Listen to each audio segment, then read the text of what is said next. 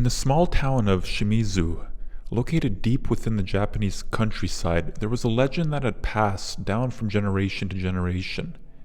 It was said that there was a cursed anime that had been created by a group of mysterious artists who had vanished without a trace. The anime was said to be so terrifying that anyone who had watched it would be plagued by its nightmares and haunted by the spirits of the artists who had created it. Despite the warnings, a group of teenagers from Shimizu High School had heard about the legend and decided to track down a copy of the cursed anime. They heard that there was a small video store in the nearby city that had a copy of it, and they decided to make the journey to see if they could find it. As they arrived at the video store, they were greeted by an old man who appeared to be the only employee there. The teenagers asked if they had a copy of the cursed anime, and the old man looked at them with a concerned expression. "Are you sure you want to watch that anime?" he said. "It is said to be cursed, and many who have watched it have met terrible, terrible fates." The teenagers laughed off the old man's warning and insisted that they want to watch the anime. The old man reluctantly handed them a copy of the anime and warned them to be careful. Do not watch it. As the teenagers made their way back to Shimizu, they popped the DVD into their laptop and started to watch the anime. At first, it seemed to be like any other anime, with cute characters and lighthearted storyline. However, as the story progressed, the animation started to become distorted, and the characters began to look more and more grotesque. Suddenly, the laptop screen went black, and the room was plunged into darkness. The teenagers looked around in horror as they realized that the spirits of the cursed artists had entered their world. The spirits began to torment the teenagers, appearing in their dreams and haunting them wherever they went. The teenagers tried to shake off the curse, but it seemed to be unbreakable. As the days turned into weeks, the teenagers began to lose their grip on reality. They started to see visions of the cursed anime wherever they went, and the lines between reality and fiction began to blur. One by one, the teenagers started to disappear, and their bodies were found in the most gruesome of circumstances. It was as if the cursed anime had taken over their minds and turned them into vessels of the spirits of the cursed artists. As the last surviving member of the group, a girl named Yuki tried to escape the curse. She stumbled upon a secret underground laboratory. Inside the lab, she found a group of scientists who had been studying the curse of the cursed anime. The scientists explained that the cursed anime had been created by a group of rogue scientists who had been experimenting with dark magic. They had used the anime as a vessel to channel their evil energy into the world, and the curse had spread like wildfire, uncontrollable. Yuki begged the scientists to help her break the curse, but they explained that it was impossible. The only way to stop the curse was to destroy the cursed anime and the cursed artists who had created it. Determined to end the curse once and for all, Yuki set out to find the cursed artists. She searched high and low, tracking down clues and following the trail of destruction left by the curse. Finally, she found the cursed artists, holed up in an abandoned warehouse out on the outskirts of town. They were surrounded by darkness, and their eyes glowed with an eerie light. Yuki approached them slowly, holding the cursed anime in her hand.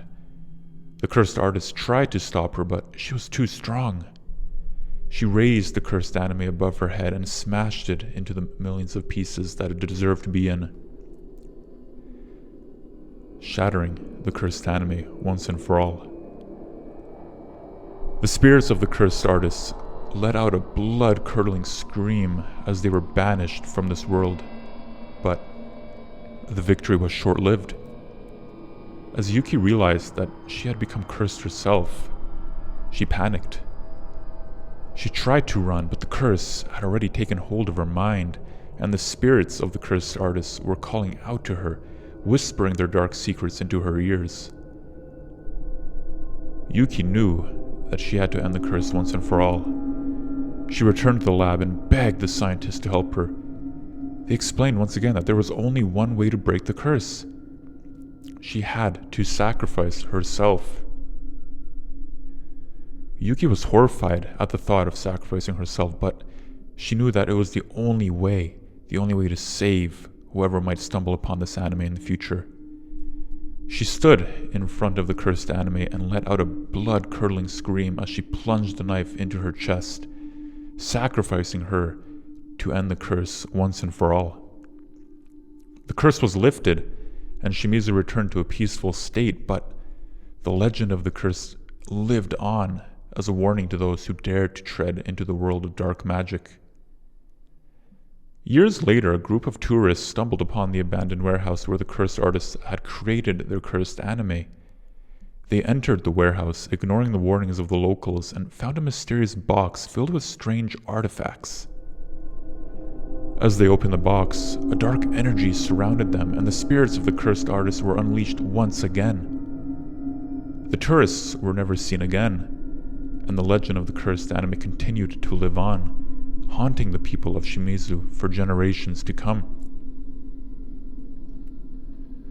As the years went by, the people of Shimizu tried their best to forget the curse of the cursed anime, but they knew that the curse was always lurking in the shadows, waiting to strike again.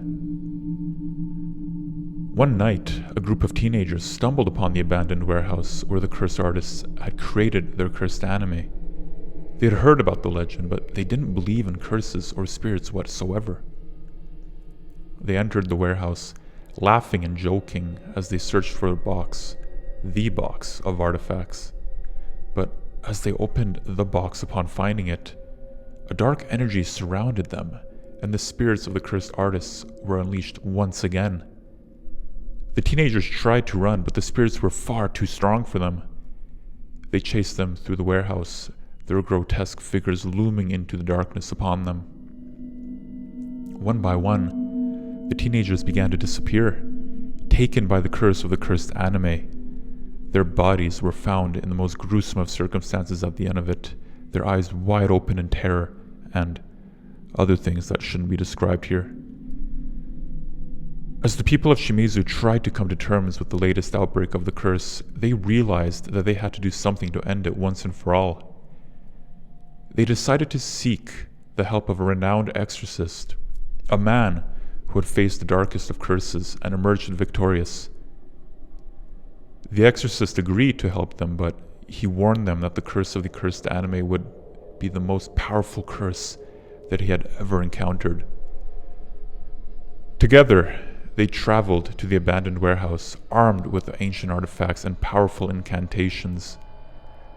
The exorcist led them the way, his eyes scanning the darkness for any signs of the curse. Suddenly, the spirits appeared, their grotesque forms looming into the darkness. The exorcist raised his staff and began to chant, the ancient words of the incantation echoing through the warehouse. The spirits let out a blood-curdling scream as they were banished from this world once again. The curse of the cursed anime was lifted, and Shimizu was returned to a peaceful state. Was this true? But the exorcist knew that the curse was not truly gone. He warned the people of Shimizu that the curse would return, that it was a curse that would never truly be broken. As the exorcist left Shimizu, the people watched him go, their hearts heavy with the knowledge that the curse of the cursed anime would always be lurking in the shadows, waiting to strike again. But who would be the next victim? Who would be willing to return to the warehouse? Or who would be willing to watch the cursed anime if they found it, whether knowing or unknowing? That's the question we have to ask ourselves.